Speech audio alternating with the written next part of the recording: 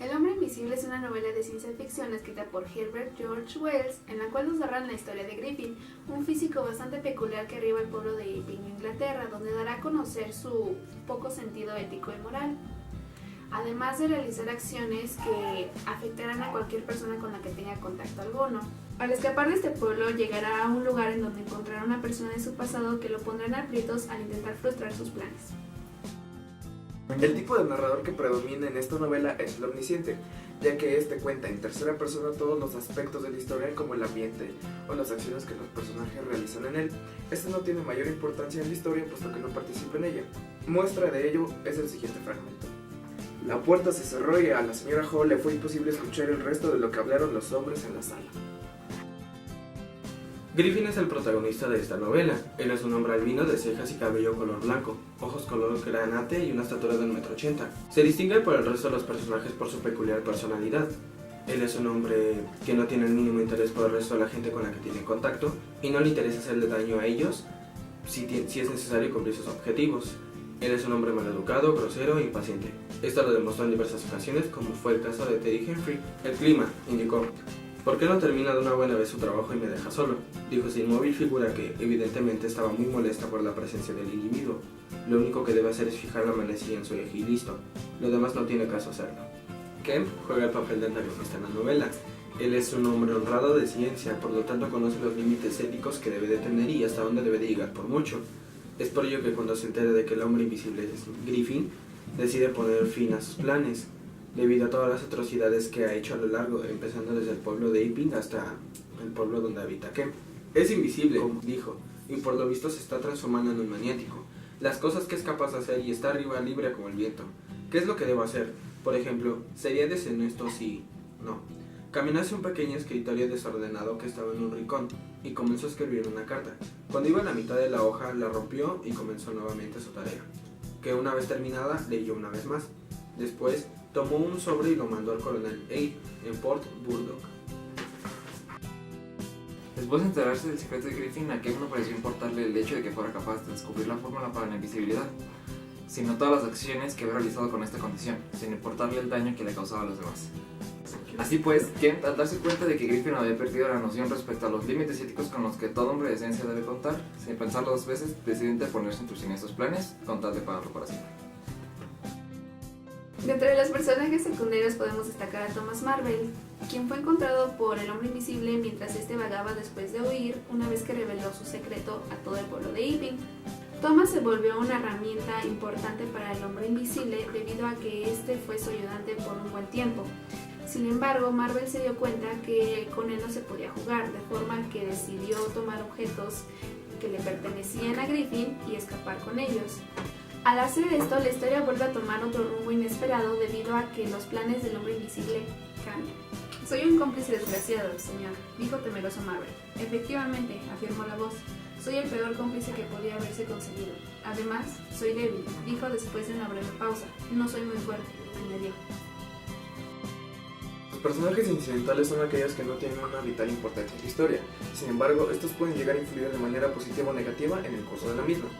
En este caso, el perro de Fahrenheit es un claro ejemplo, ya que en cierta ocasión mordió al hombre invisible. Sin embargo, al llegar en su auxilio, los hombres de la posada Coach and Horses se percatan que no hay nada debajo de ese pantalón rasgado, ni siquiera un rastro de sangre. De esta manera se levantan las sospechas hacia ese forastero recién llegado a la posada Coach and Horses. El extraño echó un rápido vistazo a su mano y a su pierna. Hizo un movimiento como para atender la herida, pero inmediatamente se volteó, subió corriendo los escalones de la entrada y se perdió en la posada.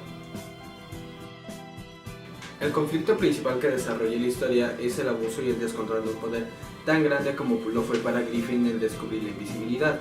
Él, al sentirse superior sobre cualquier individuo, comenzó a desencadenar una serie de acciones que terminaron por dañar a diversas personas. Es entonces cuando llega Kemp. Él, junto al coronel Aid, decide poner un alto definitivo a los planes del hombre invisible, debido a que ese sentimiento de supremacía que generó comenzó a dañar a los demás, convirtiéndose en un gran problema que pasó de ser solo del pueblo de Iping a un problema mucho mayor. El manejo del tiempo de la novela es peculiar, puesto que la mayor parte del tiempo se maneja de manera cronológica. Sin embargo, esto no es siempre así. En un principio todo reflejaba con fidelidad el orden en que los hechos sucedían, hasta que llegamos a la parte de la novela en que el hombre invisible regresa a Iping junto con el señor Marvel. Llegados a este punto, el orden de la narrativa toma un giro interesante, ya que se cuentan en diferentes capítulos una serie de sucesos simultáneos. Esto se logra gracias al uso de la perspectiva de diferentes personajes. La narrativa continúa de manera lineal hasta el momento en el que Griffin llega a la casa de Kent. Aquí el autor utiliza el recurso del flashback para contar la historia de cómo Griffin llega a convertirse en el hombre invisible, como se ve en la siguiente cita. Yo había abandonado el colegio de Chesterwood, comentó, cuando esa desgracia ocurrió. Fue en el mes de diciembre pasado. Había alquilado una habitación en Londres, una bastante grande y sin ningún mueble, ubicada en una casa de huéspedes en los suburbios de Great Portland Street. Los espacios que podemos encontrar en la novela son muy variados debido a que este hombre vagaba de un lugar a otro. Sin embargo, uno de los lugares que cabe destacar es la casa de Kemp en Burdock. El Dr. Kemp había seguido escribiendo en su despacho hasta que los disparos llamaron su atención. «Caray», dijo el médico mientras llevaba la pluma a su boca y escuchaba atentamente para localizar de qué dirección provenían los disparos. ¿Quién estará disparando en Burdock? ¿Qué les pasará a esos idiotas ahora? Este lugar fue importante debido a que en él se desarrolló uno de los mayores conflictos que podría tener Griffin siendo un hombre invisible. La época de la novela se puede situar a finales del siglo XIX y principios del XX. Esto es debido a que ya existía un sistema de transporte y comunicaciones como el telégrafo y el tranvía. La influencia de la época en la historia radica en la resistencia de las personas a aceptar los cambios y descubrimientos innovadores. Ejemplo de ello es el siguiente fragmento. El hombre invisible gozó unos instantes rompiendo las ventanas de la posada Coach and Horses y después lanzó uno de los faroles de la calle por el balcón de la sala de la señora Grogan. También él debió ser el responsable de cortar los hilos del telégrafo que ponía al pueblo en comunicación con Atherton, cerca de la casa de Higgins, que se alzaba junto a la carretera.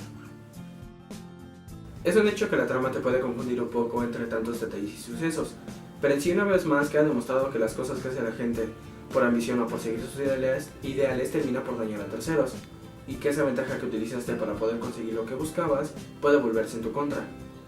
Ahora bien, desde un punto de vista ético, moral y científico, nos muestra cómo un gran descubrimiento conjunto a la codicia puede consumir a una persona, así como la obligación que tienen los científicos de actuar éticamente conforme a sus acontecimientos para poderlos mostrar a la gente, no suele ser bien visto entre todas las personas, pues la época influye mucho en ello.